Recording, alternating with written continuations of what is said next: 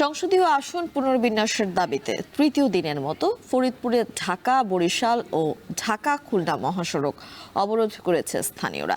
এ নিয়ে আরও জানাতে আমাদের সঙ্গে সরাসরি যুক্ত হচ্ছেন ঢাকা বরিশাল মহাসড়কের ভাঙা থেকে সহকর্মী মফিজুর রহমান শিপন। শিপন, একটু জানাবেন আমাদেরকে অবরোধের কারণে যান চলাচল পরিস্থিতির কি অবস্থা এবং অবরোধ কতক্ষণ চলবে সে ব্যাপারে কোনো তথ্য রয়েছে কিনা আপনার কাছে?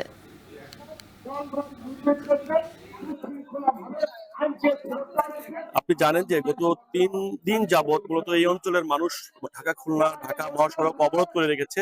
তাদের একটাই দাবি, নির্বাচন কমিশন কর্তৃক যে গেজেট নতুন করে বের হয়েছে আসন বিন্যাসে, সেক্ষেত্রে তাদের আপত্তি ভাঙা থেকে দুইটি ইউনিয়ন পরিষদ পার্শ্ববর্তী ফরিদপুর 2 আসনে সালতান মার্কান্দ আসনে নিয়ে যাওয়া স্থানান্তরিত হওয়ার কারণে মূলত তারা আন্দোলনে ফেটে পড়েছে। তো আপনাকে বলে রাখতে চাই যে সকাল 9টা থেকে শুরু হওয়া এই অবরোধের ফলে প্রায় কয়েক হাজার পণ্যবাহী ট্রাক, বাস সব বিভিন্ন রকম যান মহাসড়ক যাতায়াতকারী বিভিন্ন সময় যান আটকা পড়েছে এবং এতে চরম ভোগান্তির মধ্যে আছে সেসব যানের যাত্রী, চালক, স্টাফ সহ অন্যরা। আমরা কথা বলেছিলাম আন্দোলনকারীদের সঙ্গে, তারা বলেছেন যে দীর্ঘদিন থেকে অর্থাৎ স্বাধীনতার পর থেকে ফরিদপুর 4 আসনের সঙ্গে ফরিদপুর ভাঙ্গার সঙ্গে আমরা সংযুক্ত এবং আমাদের ইউনিয়ন দুটি ভাঙ্গা পৌরসভার একদম লাগানো ইউনিয়ন, যে কারণে তারা কোনো মূল্যেই কোনোভাবেই তারা নগরকান্দার সঙ্গে সংযুক্তির কথা মেনে নিতে চাচ্ছে না।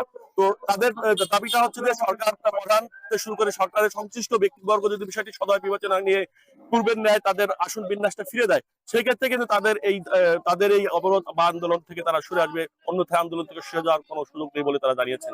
আমরা কথা বলেছিলাম ফরিদপুরের ভাঙ্গা থানা নির্বাহী কর্মকর্তা আশরাফ হোসেনের সঙ্গে। তিনি বলেছেন যে অবরোধ বিভিন্ন অঞ্চলে পুলিশের পাশাপাশি যৌথ বাহিনীর সদস্যরাও কিন্তু সক্রিয় রয়েছে। আমরা দেখতে পেয়েছি ভাঙ্গা উপজেলা পরিষদের 4টা দিকেই কিন্তু যৌথ বাহিনী ঘিরে রেখেছে, যে সাধু আর দাম দিয়ে ঘিরে রেখেছে এবং মানে কোনো মানুষ। আমি কথা বলেছিলাম ফরিদপুরের জেলা প্রশাসনের সঙ্গে, তারা বলেছেন যে বিষয়টি জাতীয় পর্যায়ের ইস্যু। আমাদের কাছে যখন আন্দোলনকারীরা স্মারকলিপি প্রেরণ করে তখন সেই স্মারকলিপি জাতীয় পর্যায়ের ইস্যু আমাদের কাছে যখন আন্দোলনকারীরা স্মারকলিপি প্রেরণ করে তখন সেই স্মারকলিপি যথাযথ মাধ্যম দিয়ে আমরা নির্বাচন কমিশন সচিব মহোদয়ের কাছে আমরা পাঠিয়েছি। যদি সরকারিভাবে কোনো সিদ্ধান্ত না আসে, আসলে আমাদের কিছু করার থাকে না। তারপর আমরা প্রত্যাশা করছি নিশ্চয়ই সরকারের সংশ্লিষ্ট দপ্তরে যারা রয়েছেন তারা যৌক্তিক এবং সঠিক সিদ্ধান্ত দেবেন।